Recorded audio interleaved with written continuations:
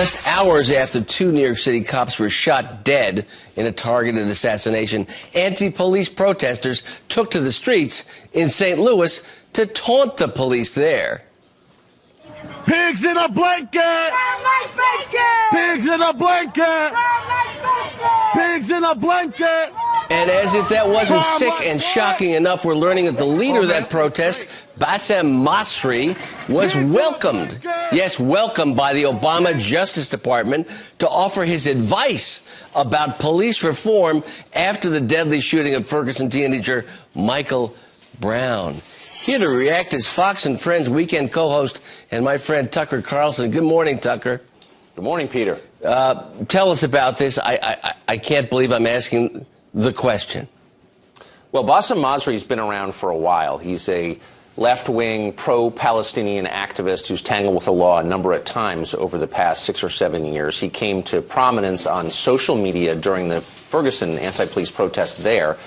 He has tens of thousands of Twitter followers, and he's been really on the radical fringe even of the radical protesters, calling out loud without apology for the death of police, saying, "I pray for your death," doing this all on camera, live streaming it, in fact, from the protests. What's so remarkable, and there are others like him, but what's so remarkable is here's a guy who is doing this all in public. He was profiled by the local Fox station in St. Louis in October, so there was no secret to about his views, which are, again, explicitly violent, calling for the death of police officers.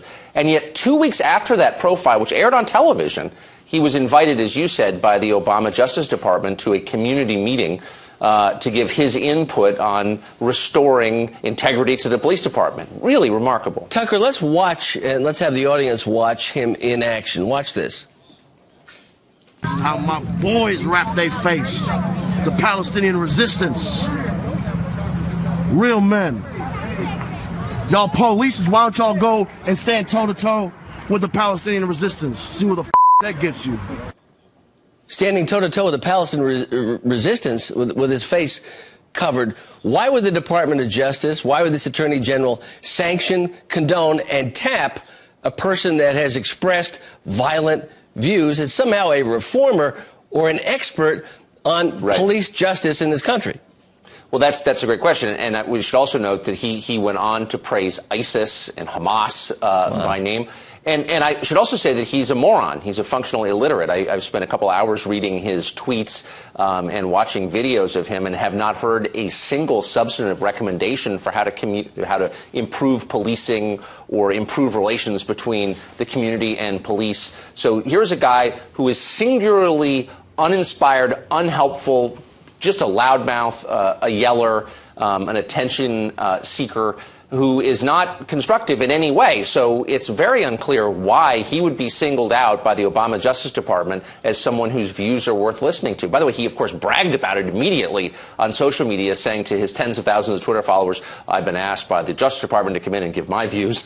I mean, it's very discrediting and distressing. As we're finishing up, Tucker, what could be the motive? The motive hasn't been stated, but what's the hidden message in tapping a person of this pedigree to speak on this issue? A person who's explicitly, based upon what we've seen, taken positions that are contrary to accepted civil American positions in terms of the Constitution, in terms of who we are as a people. And that are prima facie appalling, by the way. I mean, you can have concerns about police overreach and still recognize that calling for the death of police officers, saying things like, "I pray for your death," that's just beyond the range of civil discourse. It's disgusting. It needs no explanation. In my view, the invitation he received from the Justice Department gave him legitimacy. I mean, look, the people running the Justice Department believe, apparently, that he has a legitimate point of view that ought to be represented in discussions, and that reveals a lot about them. Look, he's just a grandstander and a creep, so of course he's going to go. What were they thinking? That's the ominous question. Well, as we leave, the question that I pose rhetorically is, why wasn't the Justice Department looking to prosecute him rather than highlight him as an expert? Tucker Carlson, Merry Christmas. We're so happy to see you, to you and your great, great family. I appreciate it. Good to see you, Tucker.